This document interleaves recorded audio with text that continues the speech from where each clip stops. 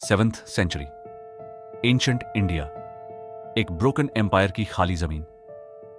Gupta dynasty, जो कभी पूरे भारत की सबसे बड़ी पावर थी, टूट चुकी थी। और उसके टूटने के बाद नॉर्थ इंडिया में कोई एक रूलर नहीं था। सिर्फ केओस था, सिर्फ वॉर था, सिर्फ अनसर्टेनिटी थी। ऐसे वक्त में हिस्ट्री ने एक नाम चूज किया, एक ऐसा सम्राट जिसने 16 साल की उम्र में अपना सब कुछ खो दिया, अपना भाई, अपना बाप, अपनी मां, और फिर भी वो टूटा नहीं। उसने अपने दर्द को पावर में कन्वर्ट किया, अपनी ग्रीफ को ग्रेटनेस में बदला और पूरे नॉर्थ इंडिया को एक फ्लैग के नीचे ले आया। यह कहानी है सम्राट हर्षवर्धन की।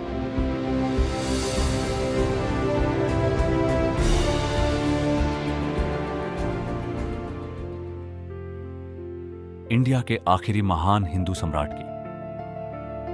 हर्षवर्धन का फुल नेम था Shiladitya Harshvardhan. Shiladitya meaning son of virtue, धर्म का सूरज।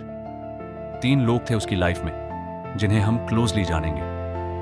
पहला, राज्यवर्धन, हर्ष का बड़ा भाई, ब्रेव, नोबल, एक केपेबल वॉरियर, हर्ष का रोल मॉडल और उसका सबसे बड़ा सपोर्ट सिस्टम। दूसरा, राज्यश्री, हर्ष की बड़ी बहन, एक स्ट्रॉन्ग विल्ड और कंपैशनेट यंग वुमन। उसकी शादी हुई थी ग्रहवर्मन से, जो मौखरी डायनेस्टी का राजा था। यह एक पॉलिटिकल अलायंस था नॉर्थ इंडिया की 2 मेजर पावर्स के बीच। और तीसरा, हर्षवर्धन खुद, सबसे छोटा लेकिन शायद सबसे ज्यादा डेस्टिन्ड फॉर ग्रेटनेस। हर्ष के अर्ली लाइफ के बारे में हमारे पास 2 की हिस्टोरिकल सोर्सेज हैं। पहला, बाणभट्ट की हर्षचरित। बाणभट्ट हर्ष के कोर्ट पोएट थे। उन्होंने हर्ष की एक डिटेल्ड लिटरेरी बायोग्राफी लिखी। उनके अकॉर्डिंग हर्ष ने संस्कृत लिटरेचर्स, मैथमेटिक्स और मिलिट्री आर्ट्स में ट्रेनिंग ली। वो एक क्यूरियस, सेंसिटिव और डीपली कंपैशनेट यंग मैन था। दूसरा सोर्स, ह्वेनसांग, एक चाइनीज बुद्धिस्ट मंक जिसने हर्ष के किंगडम का पर्सनली विजिट किया और अपनी ट्रैवल मेमोइर्स में हर्ष का एक बहुत डिटेल्ड और ऑनेस्ट अकाउंट दिया। यह दोनों सोर्सेज मिलकर हमें हर्ष को समझने में हेल्प करते हैं। तो यह था हर्ष का अर्ली लाइफ, एक रॉयल फैमिली में अपने बड़े भाई को देखते हुए बड़ा होना। शायद यह सोचा भी नहीं था उसने कि एक दिन यह सारी रिस्पॉन्सिबिलिटी सिर्फ उसके कंधों पे आएगी। लेकिन लाइफ के साथ यही होता है, वो कभी वार्निंग नहीं देती। सब कुछ एक पल में बदल जाता है।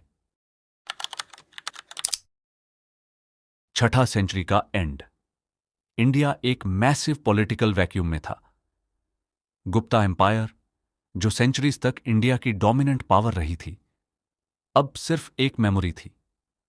उसके टूटने के बाद नॉर्थ इंडिया में डजन्स ऑफ स्मॉल किंगडम्स उभर आए। हर राजा अपना टेरिटरी एक्सपैंड करना चाहता था। हर डायनेस्टी अपना डोमिनेंस प्रूव करना चाहती थी। कॉन्फ्लिक्ट, बिट्रेयल और वॉर यह उस जमाने की रियलिटी थी। इसी टर्ब्यूलेंट बैकग्राउंड में एक रिलेटिवली स्मॉल डायनेस्टी ने अपना नाम बनाना शुरू किया, पुष्यभूति डायनेस्टी, थानेसर से, जो आज का हरियाणा है। पुष्यभूति लोग कौन थे? हिस्टोरियंस में उनकी एग्जैक्ट ओरिजिन के बारे में डिबेट है। कुछ उन्हें वैश्य लाइनेज का मानते हैं, कुछ ब्राह्मण। लेकिन एक चीज क्लियर है, ये लोग डेवोटेड चैरिटीज थे, सिंहशाम्र, लॉर्ड शिवा के पक्के फॉलोअर्स। इस डायनेस्टी में एक के बाद एक रूलर्स आए।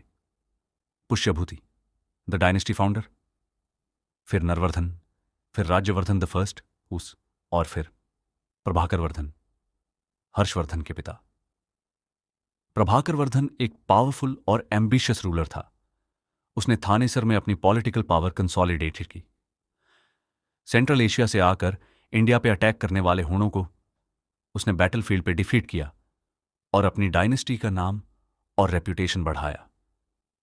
इसी प्रतापी रूलर के घर में अप्रॉक्सीमेटली 594 एडी में एक बच्चे ने जन्म लिया, हर्षवर्धन। उस वक्त किसी को नहीं पता था कि यह बच्चा एक दिन पूरे नॉर्थ इंडिया का सम्राट बन जाएगा। 606 एडी, यह वो साल था जब हर्ष की जिंदगी हमेशा के लिए बदल गई।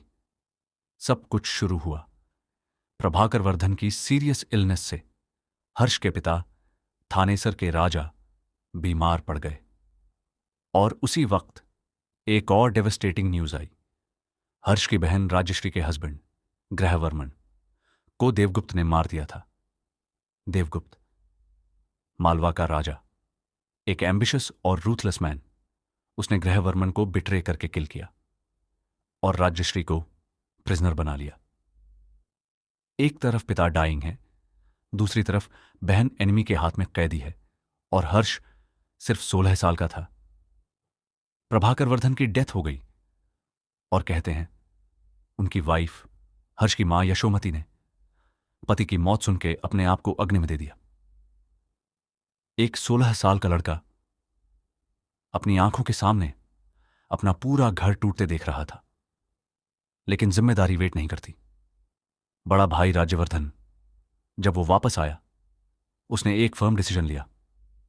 वो देवगुप्त से बदला लेगा, वो अपनी बहन को फ्री कराएगा और वो निकल पड़ा वॉर के लिए। राज्यवर्धन एक ब्रिलियंट मिलिट्री कमांडर था। उसने देवगुप्त को बैटलफील्ड पे डिफीट किया। जीत हो गई, बहन आजाद होगी। लेकिन शशांक, बंगाल का राजा, देवगुप्त का एलाई, उसने राज्यवर्धन को एक पीस मीटिंग में बुलाया और वहां निहत्थे हालात में शांक ने राज्यवर्धन की हत्या कर दी। हर्ष का बड़ा भाई, उसका हीरो, उसका बेस्ट फ्रेंड एक कावर्डली बिट्रेयल में मार दिया गया। यह सुन के हर्ष टूट गया। बाणभट्ट लिखते हैं कि हर्ष ने सब कुछ छोड़ देने की बात सोची थी, एसेटिक बन जाने की, दुनिया से दूर जाने की। इतना दर्द था, इतना अकेला फील कर रहा था वो। लेकिन फिर कुछ हुआ। उसके trusted ministers, Buddhist monk Divakar Mitra और अंदर से हर्ष की अपनी हिम्मत, वो उठ खड़ा हुआ। एक 16 साल का लड़का जिसने अपनी मां, अपना बाप, अपना भाई सब खो दिए थे, फिर भी उठ खड़ा हुआ और उसने डिसाइड किया, मैं तख्त संभालूंगा, मैं अपने एनिमीज को जवाब दूंगा और मैं वो दुनिया बिल्ड करूंगा जो मेरा भाई बनाना चाहता था। यही वो मोमेंट था जब एक लड़का सम्राट बन गया। 606 ईस्वी, हर्षवर्धन थानेसर का राजा बना, लेकिन वो सिर्फ थानेसर तक नहीं रुकना चाहता था। उसके भाई की डेथ का हिसाब बाकी था। बहन अभी भी जंगल में थी, ग्रीफ में, खुद को खत्म करने की कोशिश में, और एक यूनिफाइड नॉर्थ इंडिया बनाना था। पहला मिशन, राज्यश्री को ढूंढना। हर्ष ने उसे लास्ट मोमेंट पे रोका, बचाया उसे। राज्यश्री ने बाद में एक बुद्धिस्ट नन बनने का चॉइस किया और वो लाइफ भर हर्ष के साथ एक पिलर ऑफ स्ट्रेंथ की तरह रही। फिर शुरू हुआ मिलिट्री एक्सपेंशन। देवगुप्त डील किया गया। शशांक, बंगाल का वो ट्रेचरस रूलर, उसे हर्ष ने कई बार चैलेंज किया। शशांक एक डिफिकल्ट एनिमी था और वो हर्ष की पूरी लाइफ दुश्मन बना रहा। लेकिन जब शशांक की नेचुरल डेथ हुई, हर्ष ने बंगाल को भी अपने कंट्रोल में ले लिया। हर्ष का एक्सपेंशन स्ट्रेटेजी सिर्फ ब्रूट फोर्स नहीं था, वो एक स्मार्ट रूलर था।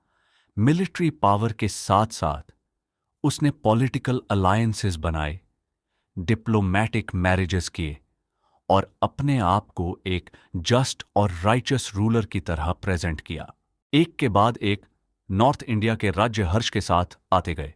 पंजाब, राजपूतना, यूपी, बंगाल, बिहार, उड़ीसा और फिर आया कन्नौज, नॉर्थ इंडिया का एक मेजर पॉलिटिकल सेंटर।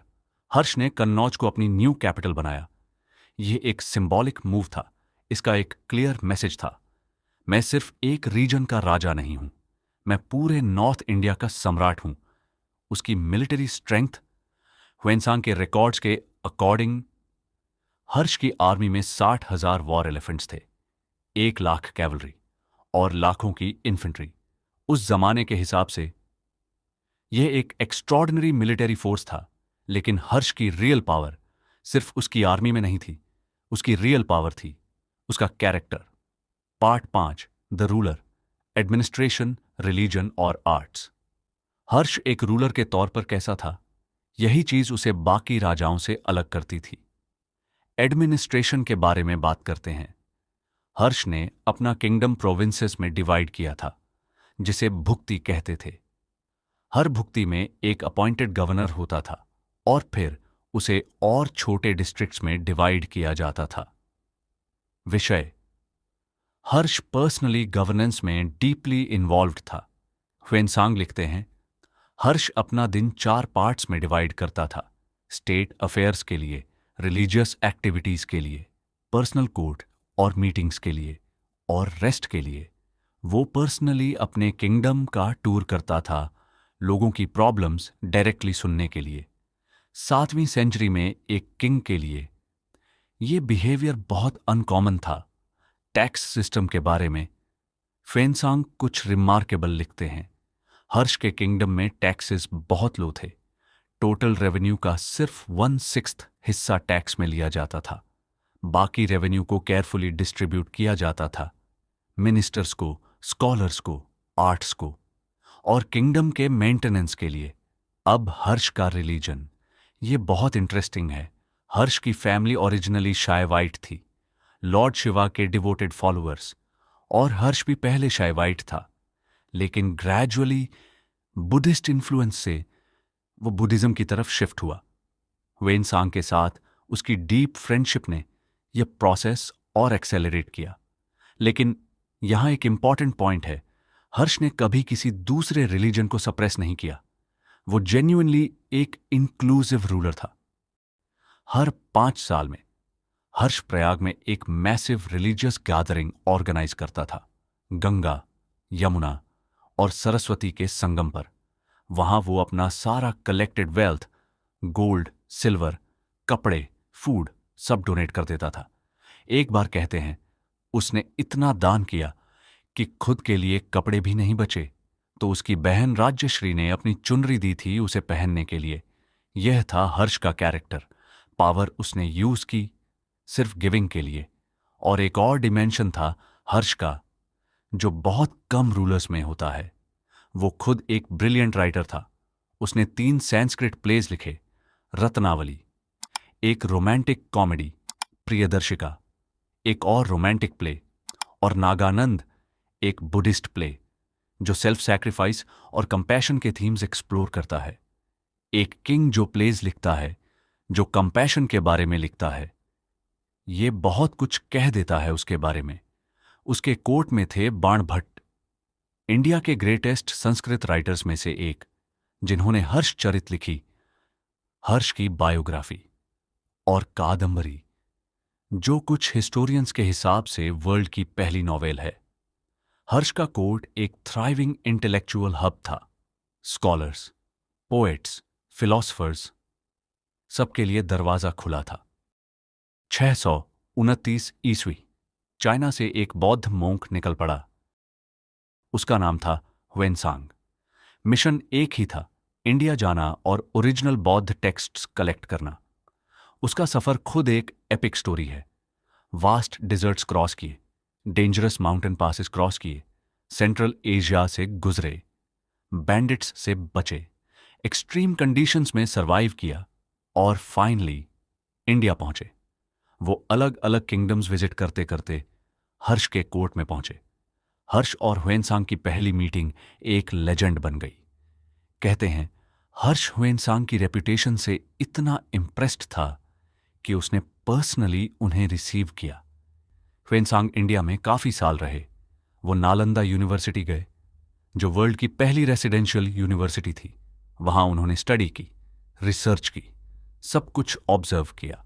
जब वो चाइना वापस गए, उनके साथ थे 657 बौद्ध टेक्स्ट्स और उनके एक्सपीरियंसेस, जो उन्होंने अपनी बुक सीयूकी में डॉक्यूमेंट किए।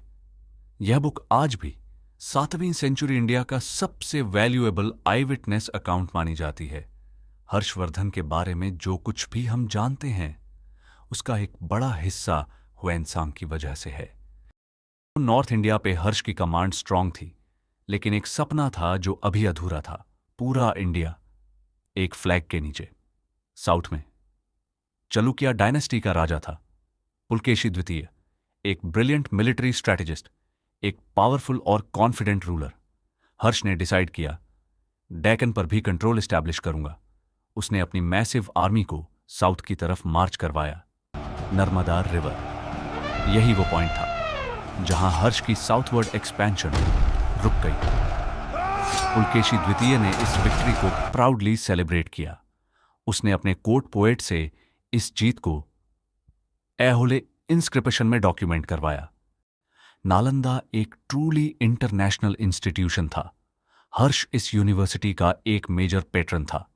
उसने वास्ट लैंड ग्रांट्स दिए। 647 एडी। हर्षवर्धन अब ओल्डर हो चुका था। 41 साल तक उसने नॉर्थ इंडिया पर रूल किया था। फिर 647 एडी में हर्षवर्धन का इंतकाल हो गया। एग्जैक्टली कैसे रिकॉर्ड्स में क्लियरली नहीं है। Most likely natural death. वो अप्रॉक्सीमेटली 53 से 55 साल के थे। उसके कोई क्लियर डायरेक्ट हेयर नहीं था और जैसे ही वो गए हाश एम्पायर टूट गई।